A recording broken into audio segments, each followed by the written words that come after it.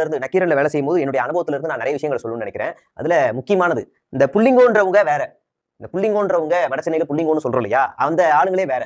அவங்களுக்குன்னு ஒரு தனி கலை இருக்கு. அவங்க எப்படின்னா கானா பாடுவாங்க, கேரம் போர்டு விளையாடுவாங்க, ஃபுட்பால் விளையாடுவாங்க, கிரிக்கெட் விளையாடுவாங்க. கிரிக்கெட் அதிகமா விளையாட மாட்டாங்க. ஆனா வாலிபால் விளையாடுவாங்க, கபடி விளையாடுவாங்க. நீங்க வட சென்னையில கேரம் போர்டுனா நீ நினைச்சு கூட பார்க்க முடியாது. கேரம் போர்டுல வட சென்னையில இருந்து வேர்ல்டு லெவல்ல போய் ஹிட் அடிச்சிருக்காங்க. பாக்ஸிங் விளையாடுவாங்க. இது ஒரு தனி கலை.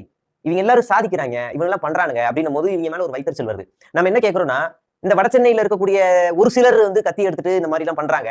அது ஒட்டுமொத்தமா நீ அந்த மக்கள் மேல அந்த சாயத்தை பூசுறீங்க. வேற மாவட்டங்கள்ல அந்த மாதிரி எதுவும் இல்லையா? மதுரை மாவட்டத்துல நான் தான் மதுரை ஓட விடுவேன் செதற அப்படின்னு அந்த இடத்துல பேசி வீடியோக்கள் பார்க்கலையா? வேலூர் போர்டுல நின்னு ரீல்ஸ் எடுத்து பார்க்கலையா? இல்ல கோயம்புத்தூர்ல புள்ளிங்கோக்கள் எல்லா இடத்துலயுமே அது இருக்கு. அவன் வந்து என்ன பண்றான் அப்படிங்கறத நான் உங்களுக்கு சொல்றேன்.